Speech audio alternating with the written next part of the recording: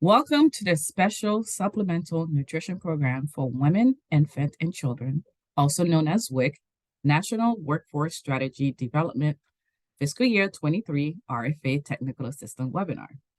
My name is Pascale Jean, and I am the National Program Leader in the Division of Nutrition at the Institute of Food and Agriculture at the National Institute of Food and Agriculture, or NIFA for short, at the USDA Department of Agriculture, or USDA for short. Along with my colleague, Julie Sklomowski, Senior Technical Advisor in the Office of Innovation at the Supplemental Nutrition and Safety Programs at the Food and Nutrition Service, or FNS, also at USDA. Before we get started, today, here is a non-discrimination statement. In accordance with federal civil rights law and U.S. Department of Agriculture, civil rights regulation and policies, the USDA, its agencies, offices, and employees, and institutions participating in or administering USDA programs are prohibited from discriminating based on race, color, national origin, religion, sex, gender identity, including gender expression, sexual orientation, disability, age, marital status, family parental status, income derived from public assistance programs, political beliefs, or reprisal or retaliation for prior civil rights activity in any program or activity conducted or funded by USDA. Not all bases apply to all programs. Remedies and complaints filing deadlines vary by programs or incident. Please note that the slide contains contact information for individuals with disabilities to request reasonable accommodations. Language access services will be provided to limited English proficient individuals upon request, and anyone wishing to file a complaint can utilize the phone number, fax number, or postal mailing address listed on the slide. I would also like to start with introducing the WIC Workforce Development Team. The team is comprised of individuals from two USDA agencies. From NIFA, we have Susan Stolowski, Sushran Steve Zhang, Deirdre Chester, Sheila Fletcher, Helen Chipman, myself, Pascale Jean, Corinthia Sherry, Yamilis Ocasio, and Elizabeth Curley. And from FNS, Amy Herring, Julie Sklomowski, and Ebony James. During today's webinar, we will cover the following topics. First, we will provide an overview of NIFA, and Julie will provide an overview of the WIC Modernization Initiative. Then we will provide the WIC Workforce Development Strategy Development Program, detail for the RFA, program evaluation process, and additional resources. NIFA Overview. So what is NIFA? We are a lead federal agency that provides extramural funding for food and agriculture sciences. We were created through the Food Conservation and Energy Act of 2008, and we invest in and support initiatives that ensure the long-term viability of agriculture. In addition, NIFA provides funding and strategic leadership for programs that ensure groundbreaking discoveries in agriculture-related sciences and technologies. Here's a list of topics covered by all of NIFA programs. The Special Supplemental Nutrition Program for Women, Infant, and Children, National Workforce Strategy Development, fall under the Food and Nutrition Security. Now I will pass the presentation to Julie, who will provide an overview of the WIC Modernization initiatives. Hi, I'm Julie Sklomowski. As Pascale mentioned, I am here to represent the USDA Food and Nutrition Service. We're here to talk about NIFA and FNS's joint agency initiative on the WIC workforce, including how it fits into USDA's overall WIC modernization efforts. We believe that providing culturally competent care and ensuring that WIC staff reflect the diversity of their communities is the ideal in WIC. To work towards this, FNS partnered with USDA's National Institute of Food and Agriculture, or NIFA, to combine the expertise of both agencies to tackle this critical component of our WIC modernization strategy. USDA's Food and Nutrition Service, or FNS, administers 15 nutrition assistance programs, including the Special Supplemental Nutrition Program for Women, Infants, and Children, known as WIC. Together, FNS's programs serve 1 in 4 Americans over the course of a year. In order to maximize WIC's impact going forward, USDA is investing in WIC outreach, innovation, and modernization.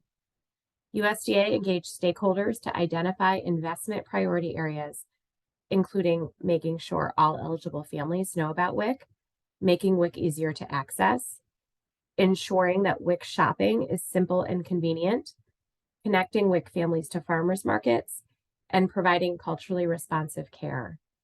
We believe that providing culturally competent care and ensuring that WIC staff reflect the diversity of their communities is critical.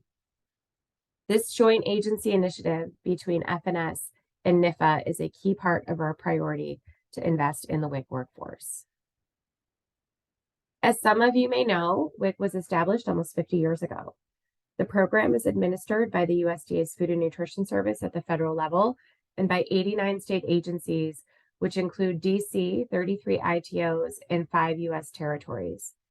The program provides supplemental foods, nutrition education, breastfeeding promotion and support, and referrals to healthcare for low-income pregnant and postpartum women, infants, and children up to age 5.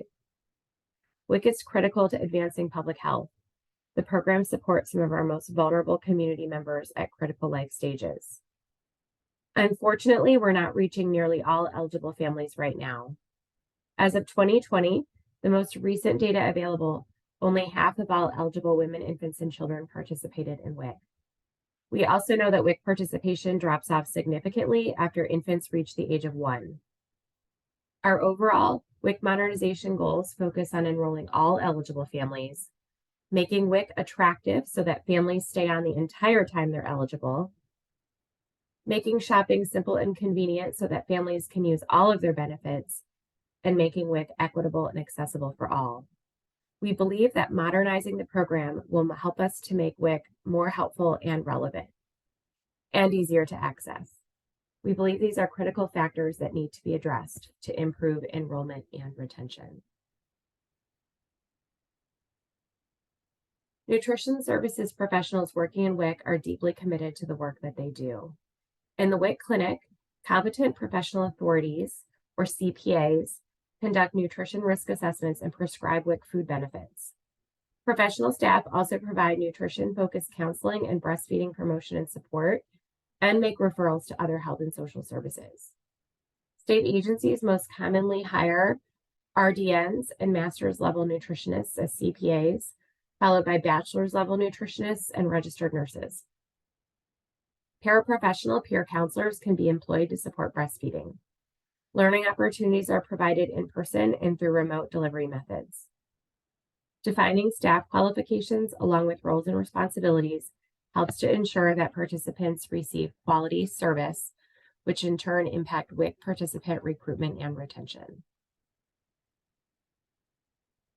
FNS provides resources to WIC state agencies to help them meet requirements and optimize their programs. One example of this is the WIC Nutrition Services Standards. The WIC Nutrition Services Standards are designed to help state and local WIC agencies self-assess how well they currently deliver a wide range of nutrition services and how to improve the delivery and quality of nutrition services. They were developed through a joint effort between FNS and the National WIC Association. The WIC Nutrition Services Standards were created to assist state and local agencies in their continual efforts to improve the services they provide by focusing on core elements that are essential to providing high-quality nutrition services. The strategy that will be developed under this RFA must be compatible with WIC Nutrition Services Standards. A link to the WIC Nutrition Services Standards is included in the RFA. Most state agencies, 69% or more, prescribe local agency staffing standards that include credentials, functions of CPAs, paraprofessional requirements, staff to participant ratio standards, and staffing levels. Most state agencies, or 95%, also have a plan for ensuring that local agency credentials are in line with the FNS's WIC Nutrition Services Standards. While most state agencies provide regular trainings to all staff on a variety of topics, only about half of state agencies reported providing training regularly or as needed on cultural competencies. Only 51% of the state agencies reported providing training regularly or as needed on cultural competency. Fewer state agencies reported providing this training to paraprofessionals. We know that providing culturally competent care and ensuring that WIC staff reflect the diversity of their communities is important to attracting and retaining WIC families. To provide culturally competent care, professionals prescribing food packages and providing nutrition counseling must understand the cultural food preferences of the WIC families they serve. The WIC Breastfeeding Peer Counseling Program model also supports the recruitment and hiring of WIC peer counselors from WIC's target population, and to the extent possible, representing the same racial or ethnic background as the mothers they support. Our overall goal to provide the best possible services to the diversity of participants WIC serves will be accomplished through this RFA. Combining the experience and expertise of FNS and NIFA, including NIFA's partnerships with land-grant universities and colleges, funds from the American Rescue Plan Act of 2021 will be used to invest in research, education, and extension to increase the diversity and cultural competency of the WIC workforce.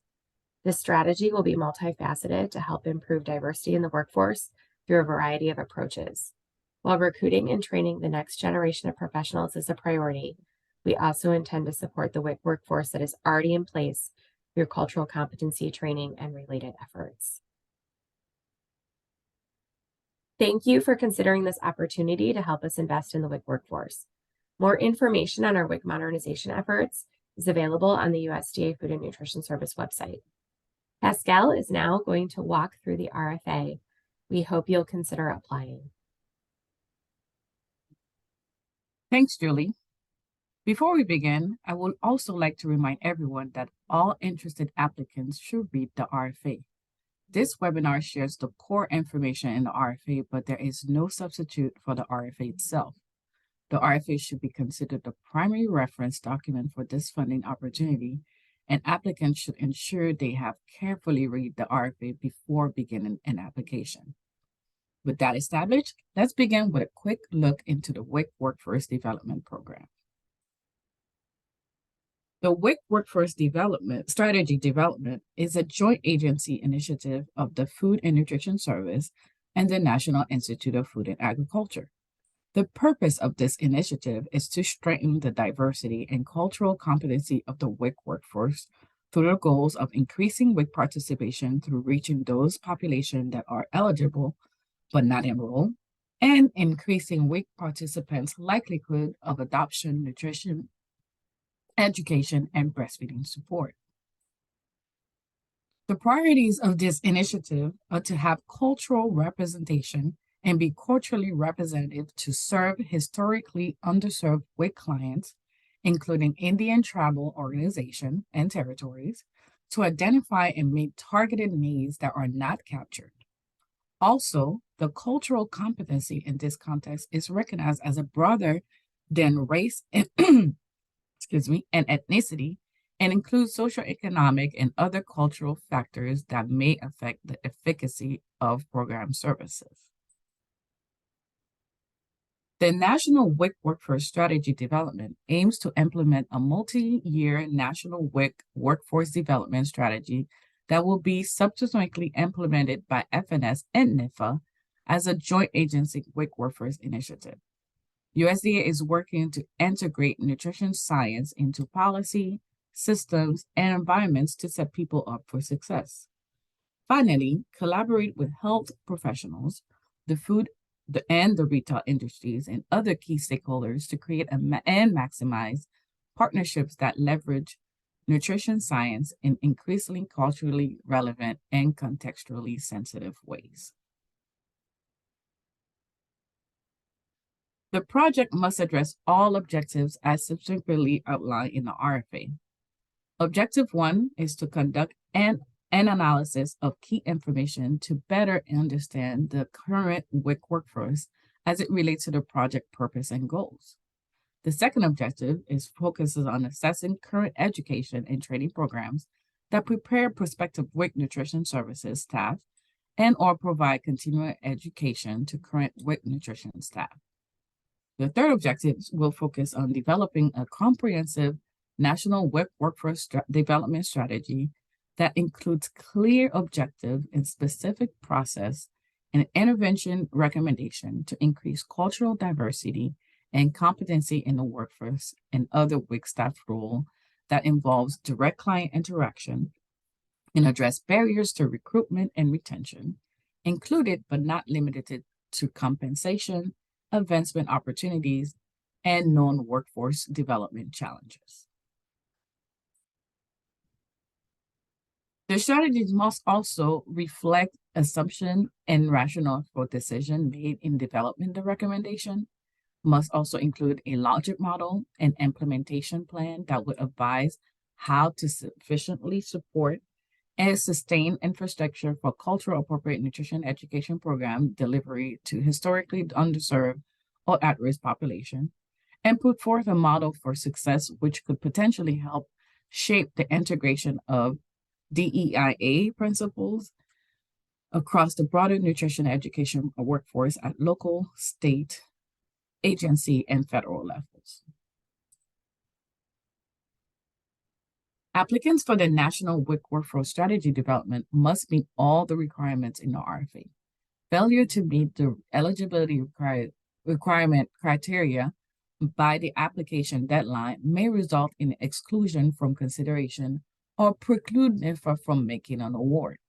The eligibility includes the following organization listed above, and as well as the following organization in any group consisting of 2 or more entities mentioned on these slides.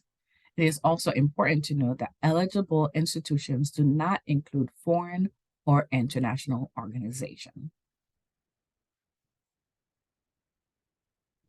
NIFA will evaluate application using the criteria described in Part 5 of the RFA. Application for the fiscal year 23 do not allow duplicates or multiple submission, which means that project director may not submit more than 1 application to the program as a lead institution. Applicants must apply electronically. No other methods or response is accepted. Submissions are limited to new applications. The RFA and additional resources are available on grants.gov and Grants 101.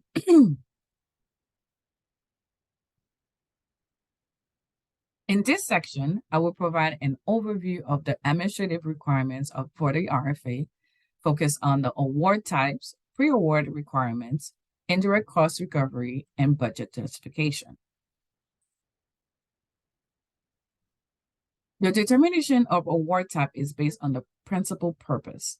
In this case, the principal purpose is to support or stimulate recipients' activity and to do so with substantial programmatic involvement by the federal agency beyond normal monitoring responsibility.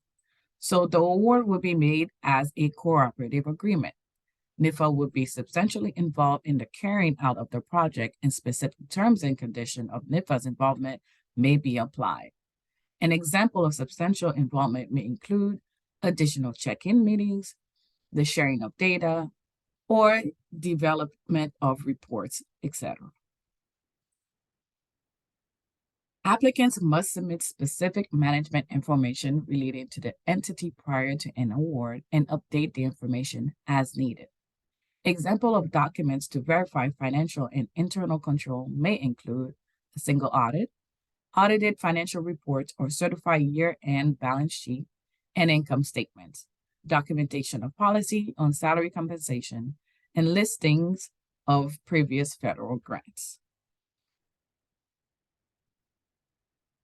This funding opportunity allows for the full recovery of indirect costs based on your current negotiating rates established by your cognizant federal agency. For more information on indirect costs, please refer to the link on the slide. Applicants are required to provide information about their budgets. Applicants must submit a budget justification to provide the detail about the costs associated with the project. All grant costs in the budget must be reasonable, allocable, and necessary.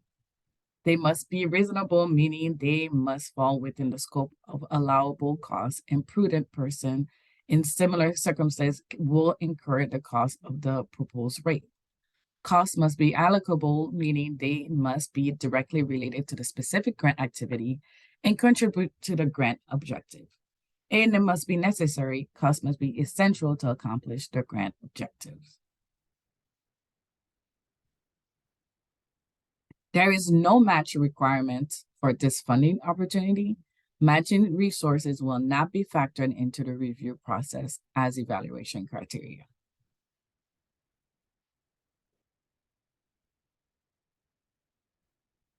Now we're going to switch gear and let's talk about the application details and the documents. Please make note of the application deadline, date and time, and the maximum award amount due for this funding opportunity. Please note that the project directors may only submit one application. The NIFA Grant Application Guide is part of the corresponding application package for this RFA. If there is a discrepancy between the two documents, the RFA overrides the application guide. Applicants that do not meet the application requirements to include partial application risk being excluded from NIFA's review. Applicants must refer to the proposal number when corresponding with NIFA. The key documents of your application are listed here and must be in PDF format. Other project information include project summary or abstract, project narrative, which has a page limit that will be restricted and enforced. Also, reference lists and information on facilities and equipment lists should be included if applicable. The data management plan is required for this program. Investigators must provide a detailed, up to 2-page, data management plan, which include expected data type, data format, data storage and preservation, data sharing, protection and public access, and role and responsibilities. You can also review the data management plan for NIFA-funded research project for more information. Applicants must apply to the RFA electronically. No other methods or response is accepted. The Part 3 of the NIFA Grant Application Guide contains detailed information regarding the grants.gov registration process. When applying for a NIFA award, it is important to reference the version of the guide that is included in the specific funding opportunity application package. Application document must be in PDF to be accepted by NIFA, including your narrative and budget justification. NIFA does not allow any other formats but PDF. Even though grants.gov may allow them, do not use a third-party PDF builder. Now that you know how to apply, let's focus on the proposal evaluation process. Please note that this process applies to all NIFA funding opportunity. Proposals are assigned to reviewers with expertise in the proposed topic. Then the reviewer will produce individual reviews, which will be used for panel discussion. Through the discussion, peer review panelists come to a consensus on the final ranking of the proposal. Please review the evaluation criteria on the RFA for additional information. Please note the timeline of the competitive program. We'll keep you updated as much as possible, and we really appreciate your patience. There are many additional information available, and I will highlight a few now that may be of interest when working on your application.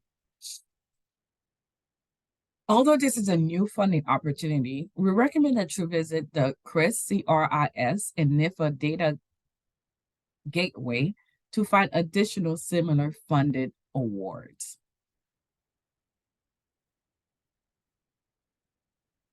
The resources on this slide can help you create a successful application and provide more detail about many of the topics we discussed today.